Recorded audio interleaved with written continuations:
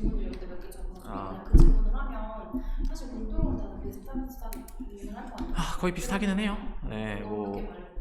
일단 저번 주에 가장 많이 저번 질문. 주가 아니지 이번 주지. 이제 이번 주에 빨빨거리면서 사람들 만나고 돌아다닌 결과 이제 제일 많이 질문하셨던 거는 일단 찍고 있어요. 일단 네, 제일 많이 질문하셨던 게 그거였어요. 시간. 시간? 100분 안에 못 풀겠다. 아, 가 압도적으로 많았고요. 그 다음에 이제 두 번째가 그거였어요. 완벽하게 푸는 거에 대한 약간 그 강박이라고 해야 되나? 근데 사실은 그게 있을 수밖에 없어요. 왜냐면은 우리가 살면서 봤던 모든, 그러니까 우리가 살면서 봤던 시험 중에 제일 큰 시험이라고 하면 아마 수능일 텐데, 뭐 회계사 하시던 분이 감정평가 다시 하시진 않을 테니까 시중팔고 수능인데, 수능만 해도 문제 스타일이 약간 이제 뭐 수능 수학을 예로 들면은 뭐 답이 맞으면 맞고 틀리면 틀리는 거지, 그게 무슨 뭐 내가 풀이 과정을 어떻게 썼다고 다 점수를 주고 막 이런 게 아니었다 보니까 그냥 익숙하지가 않은 것 같아요, 제가 보기에는. 근데 이제 유동 평가사님도 늘 강조를 하시는데, 그 답까지 그렇게 완벽하게 맞추는 게 물론 베스트지만 그렇지 않더라도 중간중간 이제 내가 딸 수 있는 점수를 따야 된다고 설명을 많이 하시거든요, 수업 시간에. 근데 그 말이 진짜 맞는 것 같은 게, 제가 저번에도 얘기를 했지만 뭐 그런 경우 있어요. 이제 제가 하도 에르두법에 맺혀가지고 이제 뭐 전 다시 외우겠지만 그 실무 문제를 예를 들어서 푸는데 뭐 수익환원법 문제를 풀다가 에르두법이 나왔는데, 근데 내가 에르두법을 안 외웠을 수도 있잖아요. 근데 이제 대부분 이제 실무 하신 지 얼마 안 되신 분들이 제일 여기서 실수하시는 게, 어떻게든 에르두법으로 환원율을 내려 그래, 어떻게든. 근데 그게 나오겠냐고요. 내가 뭐 제대로 외운 것도 아니고 적용을 잘하는 것도 아닌데, 안 되면은 그냥 어쩔 수 없다라고 생각하고, 내가 환원율 같은 거는 그냥 대충 쓰고 넘어간다.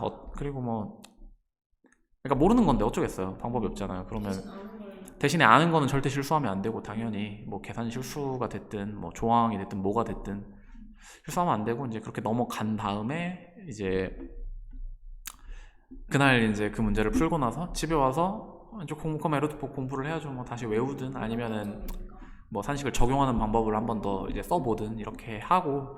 실무는 그런 식으로 사실은 내가 아무리 잘 한다고 생각을 하고 내가 아무리 우리 학원에서 뭐 1등이고 이래도 문제를 풀 때마다 뭐 하나라도 이렇게 모르는 게 막 조금 조금 나타나게 되고, 심지어 이게 나중에 가면은 문제 좀 어렵게 나오면은 막 표준지 선정 이런 건데, 표준지 선정이 좀 어렵게 나왔는데 막 와, 내가 살면서 표준지 선정이 틀려본 적이 없는데 이게 틀리나 막 이런 생각이 들 때도 있고, 사람이 틀려본 적 있어요. 저도 3기 스터디 때 막 그런 일들이 벌어져요. 그런 일들이 벌어지는데, 그래서 솔직히 얘기하면은 실무를 진짜 내가 막 100%다 잘하고 막 나는 뭘 나와도 다 잘 풀 수 있고 이런 사람은 없지 않을까 아마.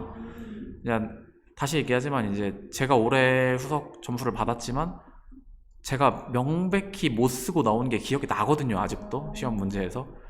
뭐 그것 막 그런 생각해요. 야, 저거 다 썼으면 80점 나왔겠다 이렇게 생각하는데, 야, 이제 어쨌든 시험장에서 못 쓴 거 아니에요, 제가. 끝나고 나서 기억이 난 거고 드디어. 그러니까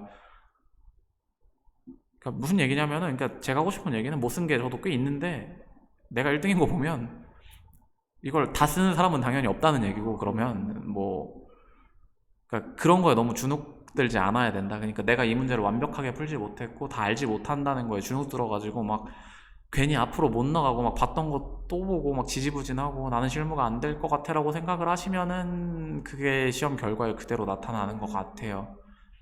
그러니까 사실은 근자감이라도 좀 가지고 있어야 되지 않을까, 실무는. 제 생각에는 그렇거든요. 저 아까 저희가 얘기할 때 말씀해 주셨던 거 있는데 그 실무 단계별로 이제 사람들의 아, 그 영역이 있잖아요. 그 영역별로 해주고 싶은 조언이나 뭔가 이렇게 이렇게 해야 된다, 뭐 이렇게 포기하지 말라고 했던 말 다시 한번 해주시면서 그 단계별로 어떻게 하면 이 단계를 뛰어넘을 수 있을지 그런 팁을 좀 듣고 싶어요.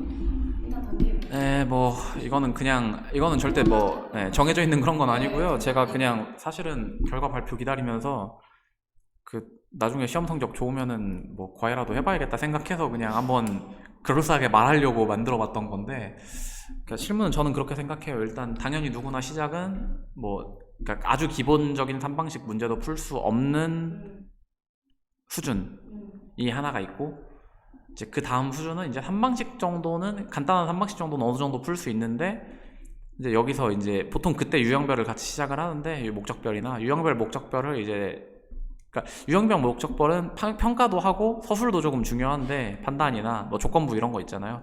이제 그런 걸 아직 잘 모르는 단계가 하나가 있고 이제 그 다음 단계는 요 두 개 정도는 해결이 됐는데 이제 보상을 잘 못하는 단계. 보상을 보통 좀 미루는 경향이 있어요. 우리가 아무래도 시험에도 이제 메인으로 나오는 경우가 많지 않다 보니까.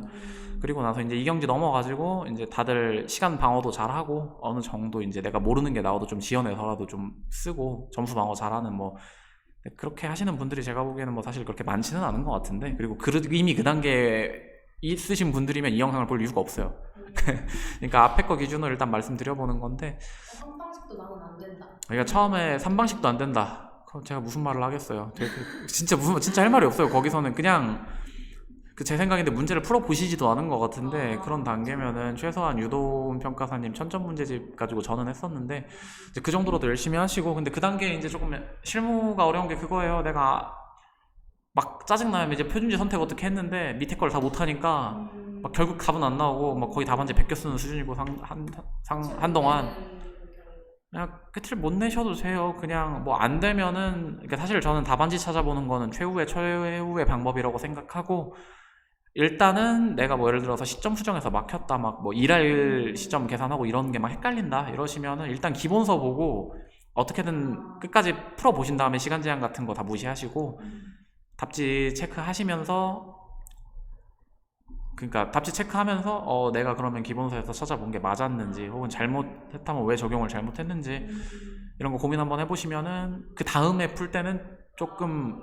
실력이 늘어 있을 거예요. 오셨나? 오신 것 같은데. 네, 아무튼 뭐 그렇게 될 것 같고 그리고 네 유형별 목적별 한창 하실 때는 뒤에 이제 법규수석 하신 분 뭐 대충 설명에 찍고 오셨나 본데 아무튼 그러니까 이제 3방식 어느 정도 됐다 내가 유형별 목적별을 해야 될 때 하실 때는 서술에 사실은 조금 신경을 쓰셔야 돼요. 그때는 예를 들면 조건부 평가 어떻게 판단할 거냐 내가 나의 판단 그런 기준들을 잘 써둬라. 그러니까 조건부 같은 경우에는 뭐 합격실 검토를 한다든가 아니면 목적별 뭐 대출이나 뭐 경매나 이런 거 할 때는 뭐 또 이 목적에 따라서 평가 목적 해야 되는 서술들 있잖아요. 네. 이론적 서술들을 좀 잘 외우셔야 되고 네, 3방식 연습을 계속 하면서 이런 서술들에 대한 고민을 좀 하셔야 될 것 같고 이제 2단계도 끝나셨고 이제 보상 넘어가시면 보상은 무조건 외워야 돼요. 법을 외워야 돼요. 그게 다예요.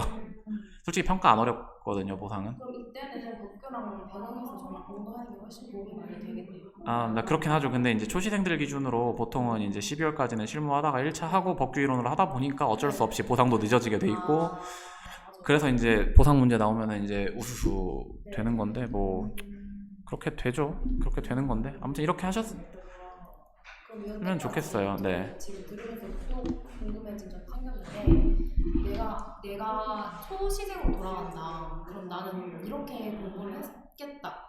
이런 포인트들이 있는지. 초시생으로 돌아간다면요. 난 이런 부분에서 내가 이렇게 했었으면 더 잘했을 것 같다. 약간 이런 거 궁금해요. 시간 지나고 진짜 보이는 그런 미스들 있잖아요. 근데 사실 저는 시작할 때부터 지금까지 공부 방법에 미스가 있었다고는 생각을 안 해서 왜냐면 저는 왜냐 시작하기 전에 후기도 너무 많이 읽었고 그 남들 영상 찍어놓은 거 진짜 너무 많이 봐가지고 내가 방법에 문제가 있었다는 아닌 것 같고 더 열심히 해야죠. 저 진짜 게을러가지고 막 동차 합격하겠다고 큰 소리 쳐놓고선 막 하루에 공부 6시간 하고 막 이랬거든요. 그러니까 그러면 그 수기들 보는 거를 몇 번씩 보셨다 했잖아요. 네네. 공부하면서 계속 봤어요. 그러니까 공부하기 싫으면 봤죠. 왜냐면 저도 수기들 진짜 많이 보고 네. 합격 영상도 진짜 공부 처음부터 봤는데 그게 처음 봤을 때 그래 이렇게 생각했다가 지금도 자꾸 똑같은 거 계속 보거든요. 그러면 내가 그렇게 생각했었는데 또 약간 지금 보면은 또 생각이 이래서 이런 말을 했구나 약간 이런 거 엄청 많이 느껴지고 그런 게 되게 많이 도움이 됐었는지 스스로한테 공부하실 때 마음 잡는 데 뭐 마음 잡는데 도움이 됐다고 하면 도움이 됐죠. 왜냐면은 이제 그냥 공부하기 싫을 때 그걸 봤기 때문에 재밌었고 알잖아요. 원래 시험 전에는 100분 토론도 재밌다니까요. 그냥 재밌게 봤고 근데 그냥 참고를 많이 했죠. 그냥 저 사람은 저렇게 공부를 했구나. 뭐 이 사람은 이렇게 공부를 했구나. 그러면 이 중에 뭐랑 좀 더 맞는 것 같으니까 나는 뭐 이쪽을 해보자. 그리고 뭐 사실 합격자들마다 공부 방법이 어느 정도 다 다를 거고 이제 뭐 합격을 했잖아요. 그러면 안 틀린 거예요, 그게. 모르가도 사실은 합격한 사람들께 무조건 맞는 거고, 뭐 저도 제 말이 맞는다고 생각하지 않고, 그렇기 때문에. 그러니까 근데 그건 것 같아요. 그러니까 막 되도 않게 공부하다가 막 한 달 꼴랑 해보고, 야, 씨, 안 된다, 바꾸자. 또 한 달 하다가, 그 짓만 안 하시면 제 생각에 합격자들 말은 다 맞기 때문에 그냥 쭉 가시면 될 것 같아요. 누구 말을 듣든 상관은 크게 없지 않을까라고 생각합니다. 혹시 뭐 이제 뒤에 분 또 질문을 아니 이렇게 뒤에 복귀 수속 마저 영상을 찍어야 돼가지고 뭐 시간 되면 이따 다시 얘기하든가 할게요. 일단 여기서 컷할게요.